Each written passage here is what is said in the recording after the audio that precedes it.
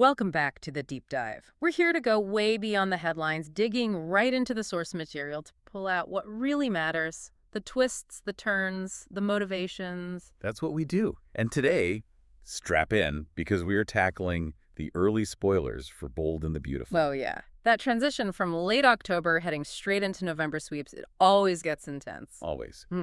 We're talking about roughly October 29th through November 7th, 2025. This is when things really start to heat up for the ratings period. So our mission today basically is to pull out the biggest cliffhangers, the most shocking reveals from these sources we've got. And crucially, try to understand why these characters are making these choices. Some of them seem pretty self-destructive, honestly. Okay, so looking at everything, our synthesis suggests, well, it looks like two main pillars of drama are building up, big ones. Absolutely. Two huge plot points that are kind of crashing into each other. Pillar one, it's all about Deacon Sharp. Right. His love life is complicated, to say the least. Yeah. Extremely. He's got this this developing thing with Taylor Hayes, which is risky in itself. Mm-hmm. But at the same time, his kids, Hope and Deke, are putting immense pressure on him. To do what exactly? Finalize the Sheila situation. Yes. Finalize the divorce. Yeah. Get Sheila Carter out of the picture, legally, permanently. Yeah. And Sheila, well, the threat of Sheila hangs over everything he does. Okay, that's pillar one, Deacon's mess. What's pillar two? Pillar two is explosive. It's the return of a past villain, Remy Price. Oh, boy. Remy. I remember that name. And his return is going to cause massive immediate fallout, especially at Forrester Creations. Think Elektra Forrester. Think Deke Sharp, who is, let's not forget, Remy's boyfriend. Wow. Okay. So those two worlds colliding, Deacon's personal drama and this huge corporate emotional bomb dropping with Remy. Exactly. So if you want to quickly get up to speed on these high-stakes situations, understand why the past is erupting into the present. Then this deep dive is definitely for you. We're going straight into the thick of it based on these sources. All right, let's start midweek, October 29th. We get this moment. It should be pure happiness, right? Liam and Hope. Officially engaged. He put a ring on it. Finally. That lope happy ending everyone keeps waiting for. Fleeting, maybe, but it's there. And it's a nice family moment, too, initially. At the Spencer office, you've got Liam, Bill, and even Will Spencer there. Will's there, despite everything he's going through. Yep. And the sources make a point of saying he's genuinely happy for Liam, which is, quite something given his own situation. Because that happiness, it doesn't last long, does it? The sources make it clear. Not even a little bit. It's immediately overshadowed, undercut completely by what they call the ongoing horrible Luna Nozawa issue. Right. The pregnancy, Will Spencer potentially being the father, that whole mess. It just hangs over everything, even this engagement celebration. For the Spencers, especially for Bill, there's always a crisis brewing, isn't there? Always. And Bill does what Bill does best. He takes action. Immediately. The sources describe this woman showing up at the office. Very professional, sharp business suit. Okay. Who is she? Well, the strong implication, putting it all together, is that she's a lawyer. But not just any lawyer. A specialist. Like exactly, custody lawyer. Bill is already getting the wheels turning to handle the Luna Will baby situation legally. Wow. So while Liam's popping champagne, Bill's lawyering up. Pretty much. It's not just about finding opportunity anymore. This is Bill using his power, his money, to control the narrative. To protect the Spencer interests. Make sure the baby, if it's Will's, is raised, well, Spencer style. And maybe distance Will from Luna as much as possible. It adds this really serious high-stakes legal layer right onto the engagement party. Classic Bill. It really shows how even in moments of joy, the underlying conflicts are always there, ready to explode. Exactly. Bill's already playing defense, maybe even offense, while Liam's thinking about wedding bells. Okay, so shifting gears from one complicated dad to another, Deacon Sharp. Same day, October 29th. He's got his own pressures. Huge pressure from both Hope and Deke. His kids are really leaning on him. About Sheila. About finalizing the divorce from Sheila. They want the current separation to become official. They want her gone. Like, gone. Understandable from their perspective. But Deacon, he's in a weird spot emotionally, right? That's the key. He's vulnerable. Because according to the sources, the phrase used is kind of hot for Taylor Hayes. Oh, okay. So he's not just lonely, he's actually developing feelings for someone else. For Taylor. Seems like it. Which makes him, as the sources put it, primed to be worked over by Hope and Deke. Because if he likes Taylor, then maybe he's more open to ditching Sheila for good.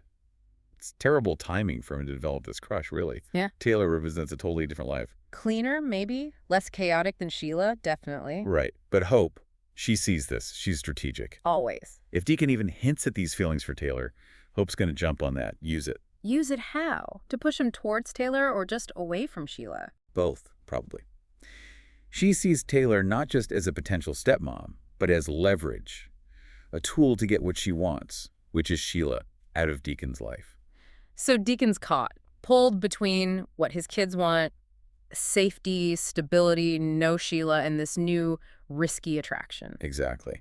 Taylor represents a kind of stability, a respected professional woman, but it's still fraught with risk. Her history with Ridge, the Forrester connection. And the ethical line, she might be crossing herself. Right, we'll get to that. Oh, yeah. So it's this classic soap dilemma. The path away from one danger might lead straight into another. Trauma guaranteed no matter which way he turns. Okay, so let's talk about Taylor then. What's happening on her side of things? She's dealing with Ridge again. Well, dealing with the aftermath. Ridge broke her heart. Again, it's a familiar story. Sadly, yes. So how's she coping? She's telling Steffi she's just throwing herself into work, burying herself in her practice, trying to manage the fun out that way. And Steffi. How's she taking her mom's heartbreak this time? Steffi's worried, naturally. Doesn't want her mom alone, vulnerable. She's upset with Ridge, but, and this is important, Taylor told her not to start a war over it. Interesting. Taylor wants peace. Or she's just exhausted. Probably both. She seems tired of the endless back and forth with Ridge, Brooke, the whole cycle. Okay, but here's where it gets really interesting, connecting Deacon's feelings and Steffi's concern. Our sources hinted at something speculative, but fascinating. Right, this potential parent trapping idea. Explain that. What if Hope tells Steffi about Deacon's interest in Taylor? Think about it. Hope wants Deacon away from Sheila. Steffi wants her mom, Taylor, to be happy and maybe distracted from Ridge. So they could team up, Hope and Steffi. It's possible. Suddenly these two rivals, who usually fight over Liam, might have a common goal. Push Deacon and Taylor together. Exactly. If they push their parents towards each other, it kind of solves problems for both of them. Taylor gets a new focus, maybe a safer one than Ridge. Safer than Ridge, maybe. Safer than Deacon being married to Sheila, definitely. And Deacon gets pulled further away from Sheila, which is Hope's main objective. It distracts everyone. That's actually kind of brilliant. Strategically, it lets Hope and Steffi work together for once, instead of against each other over Liam. It would be a much more interesting dynamic, wouldn't it? That's Them it. collaborating to manage their parents' messy lives. Way more interesting than another fight in the CEO office. Okay, that's a wild possibility to keep an eye on. All right, moving to the next day, October 30th. Now we're officially in November sweeps territory. And the pace picks up immediately. We dive right into the Lope wedding details. Quickie wedding. What's the scoop there? It starts with a really sweet moment. Their daughter, Beth Spencer, is trying on this fancy lavender dress. Ah, okay. Flower girl, bridesmaid. That's what Liam and Hope assume at first. You know, the typical kid role. Bad. But Beth has bigger plans. She apparently wants to officiate the wedding. Get out! Really? Officiate? That's what the sources say. And if you've been watching B&B for a while... It sounds familiar. Douglas. Douglas officiated their last wedding, didn't he? Exactly. It's a direct callback. It seems like the kids are the ones holding these adults accountable, grounding their commitments. That's actually a really nice touch. It says something about this wedding, maybe? I think so. It signals they're choosing intimacy, family, over some big, splashy event. It's about their core unit, not the corporate drama or past entanglements. Reinforcing that stability. For now, anyway. For now is always the key phrase on this show. Okay, while that's happening, we get a look at Carter Walton's situation. He's talking with Daphne Rose. Yeah, they're discussing Liam and Hope getting engaged. Daphne asks Carter how he feels about it, you know, given his history with Hope. And what does Carter say? Is he okay? He says he's okay. Says he's happy for Hope. Seems composed. But the sources have a different take on why he's so composed. A very cynical take. The analysis basically says he's fine because Carter's got Daphne. Ouch. So the idea is he just needs someone, anyone, and Daphne is filling that role. That's the implication. The sources use the word thirsty, suggesting he doesn't really care who the woman is, as long as there is a woman in his life. Wow, that's harsh. Is it fair, though? What's the evidence for that? Is it just his track record? It leans heavily on his pattern, yeah. He jumps from intense relationship to intense relationship. Quinn, Zoe, Paris very quickly. Never really seems to pause or reflect. So Daphne is convenient. A buffer against seeing hope move on. That seems to be the interpretation from these sources. She's uncomplicated, she's there, she makes him feel less alone or rejected. Whether it's genuine love, that's the open question. Right now, it feels more like companionship fulfilling a need. Well, it sounds like that companionship might be deepening, physically at least. The sources do hint at that. They suggest Carter and Dabney are getting closer, maybe getting intimate soon. So that relationship is moving fast, solidifying them as maybe the stable couple. For now. Which, on this show, usually means they're about due for some kind of chaos. Always waiting for the other shoe to drop. Okay. But chaos is definitely brewing over with Deacon, Taylor, and Sheila. Sheila's feeling the pressure. Big time. She's apparently seen Deacon and Taylor physically close, maybe that near-kiss moment we talked about. Right. And she's freaking out. She's talking to Light Finnegan, her confidant, expressing this deep worry. What's she worried about specifically? Taylor poisoning Deacon against her. Exactly. Her direct quote, or close to it, is worrying. Taylor says something to turn Deacon against her. She knows Taylor has influence. Because Taylor represents that normal life Deacon might want. And because Taylor's a professional, Sheila knows Taylor's opinion carries weight, especially if she frames it as professional advice about Deacon's well-being. So what's Sheila's move? How does she react? She reaches out to Deacon. It sounds a bit desperate. She's afraid he's already given up on them, but she reaffirms that she won't give up on him. Trying to pull on his loyalty, maybe? Guilt? Probably. But she also has this slightly bizarre hope. She thinks Taylor, as a therapist, might actually advise Deacon to work things out with her. Seriously, why would you think that? Maybe a twisted sense of professional ethics, or just wishful thinking. But she also rightly fears that if Taylor doesn't recommend reconciliation, Then Deacon will see that as his out. Permission to move on. Exactly. Sheila's future with Deacon is hanging by a thread, and bizarrely, it seems to depend on what Taylor Hayes says or does. Which brings us back to Taylor and her situation. This is where it gets really messy, ethically. Deeply messy. Taylor is actively trying to pull back, trying to set boundaries with Deacon. And she actually says to him, it can't happen again. Yes, that line is crucial. The fact she has to say it can't happen again tells you something did happen. Or almost happened, that near kiss, being in his arms. Right. Something crossed a line, a big one. She was emotionally vulnerable, maybe talking about Ridge. He was there, and bam, intimacy happened, whether a full kiss or just intense physical closeness. And she's his wife's therapist, or was, or is involved professionally somehow.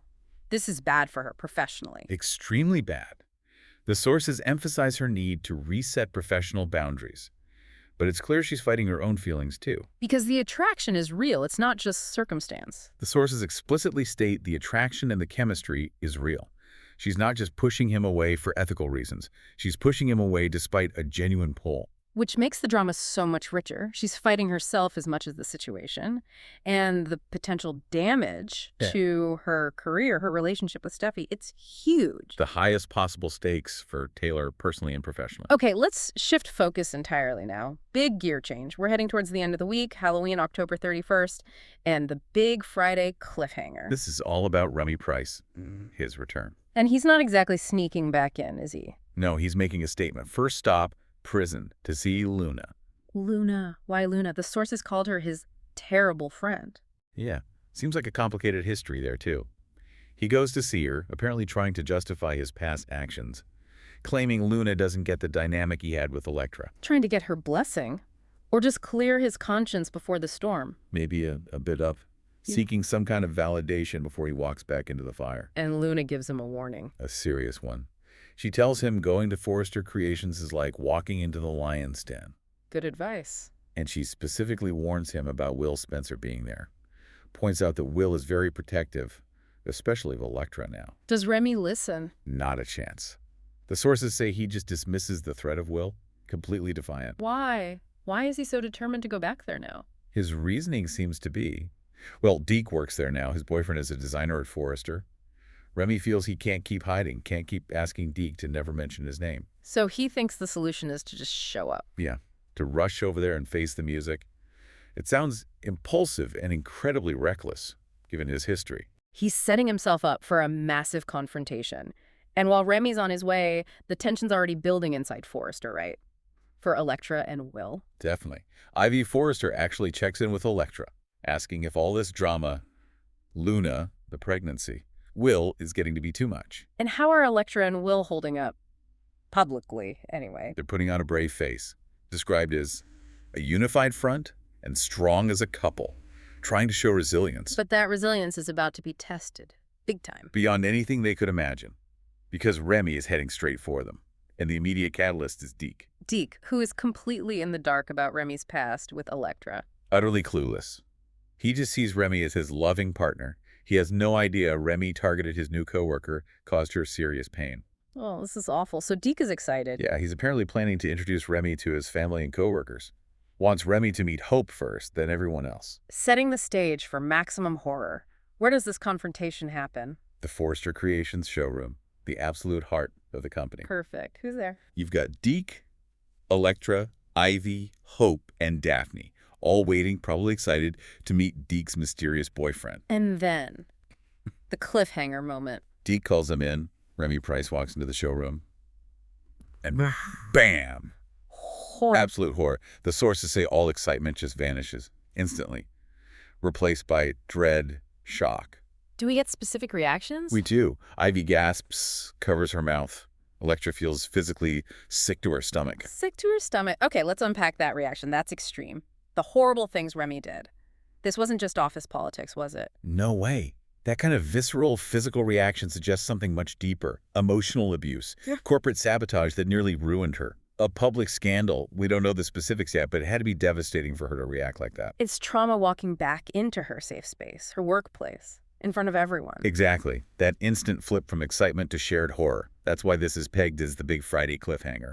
The implications are immediate and severe. And the speculation then is, what if Will walks in? Right. Will, who is already protective of Electra, dealing with the Luna stress, if he walks into that scene. It goes from horrified silence to... A stressful dust-up, as the source have put it, maybe even physical. Remy's return isn't just drama. It's a direct threat to Electra's stability and potentially Deke's whole future there. Okay, so that's the cliffhanger. Now we head into the first full week of November sweeps, starting November 3rd. The fallout from Remy's appearance must be immediate. Absolutely. The shockwave hits Forrester Creations hard, first thing. Management has to react. Steffi and Ridge, what do? Ban him from the building? You'd think so.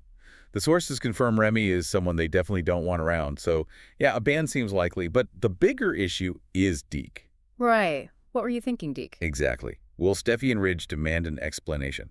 How could he bring this person with this history tied to Electra right into the heart of the company? It puts Deke's judgment, maybe even his job, immediately in question. And Electra, how is she coping after that initial shock? She's described as spinning out, completely overwhelmed. Think about it. Luna's back, causing drama with Will. And now Remy, the guy who targeted her, is back and living with her new coworker, Deke. It's a nightmare scenario for her. Too much pressure from the past converging at once. The sources literally say it's too much for Electra. She's at a breaking point, psychologically. Meanwhile, Deke has to find out the truth, right? He can't stay oblivious. No, he finds out, likely from the horrified reactions and explanations of Hope, Ivy, Electra herself, maybe. He learns about Remy's sordid past with Electra and the horrible things Remy did targeting her. Oof. That's got to be a brutal revelation. Finding out your partner has this dark history, specifically targeting someone you now work with. It's a massive test for Deke. He has to reconcile the Remy he thinks he knows with this reality. Which leads to the huge question for Deke and for us watching, what does he do? Exactly. That's the core conflict. Does he believe Remy? Does Remy try to explain it away, manipulate him? Or does Deke see the truth, feel appalled, and cut ties with Remy to protect Electra, his job, his friendships?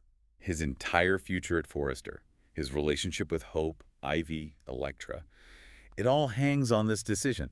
Does he choose his partner or his new life and colleagues? Huge stakes for Deke. That's going to be fascinating to watch unfold. And while all that chaos is erupting, the other pot is still simmering.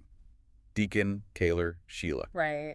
Taylor's trying to set boundaries, but the chemistry is real. The sources keep emphasizing that. She'll keep trying to maintain distance, professionalism. But the attraction isn't going away. It's a genuine pull between them. Yeah. And that genuine connection is constantly juxtaposed with the threat of Sheila Carter. So the danger Sheila represents actually makes the Taylor connection more potent. It seems that way. The instability with Sheila keeps Deacon emotionally tangled, but the pull towards Taylor offers this glimpse of, well, maybe not easy, but different.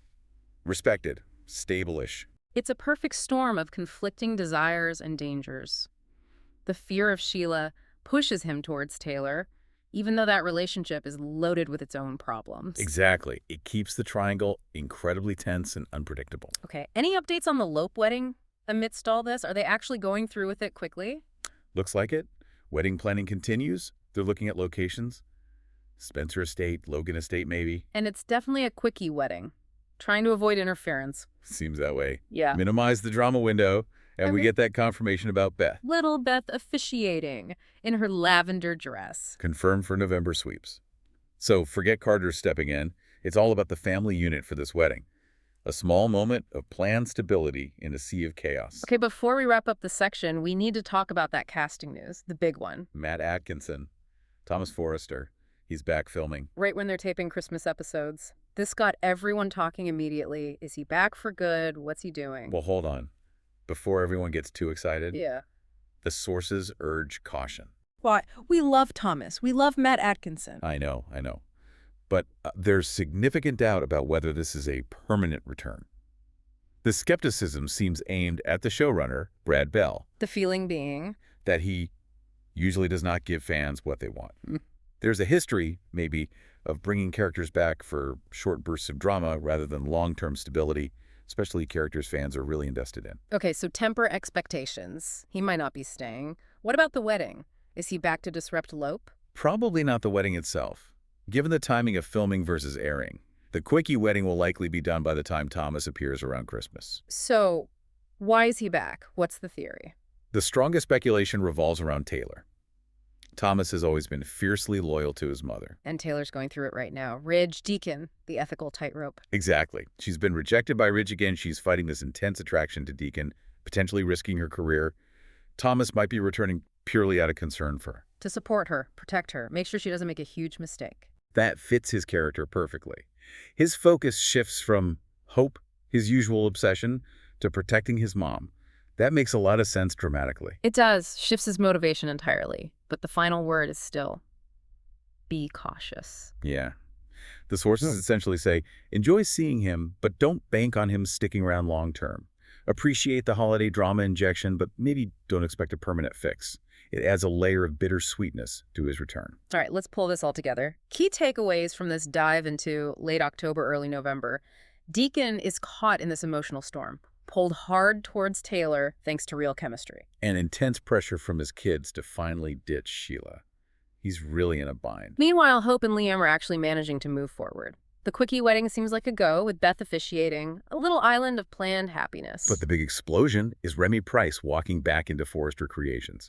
That reveal is catastrophic. Yeah, sending Electra into a complete tailspin and putting Deke's entire life, his relationship, his new job on the line instantly. It's a perfect example of how the past, unresolved conflicts can just storm back in and wreak havoc on the present. And you see personal desires constantly clashing with family pressure, professional ethics. It's all hitting at once. So what?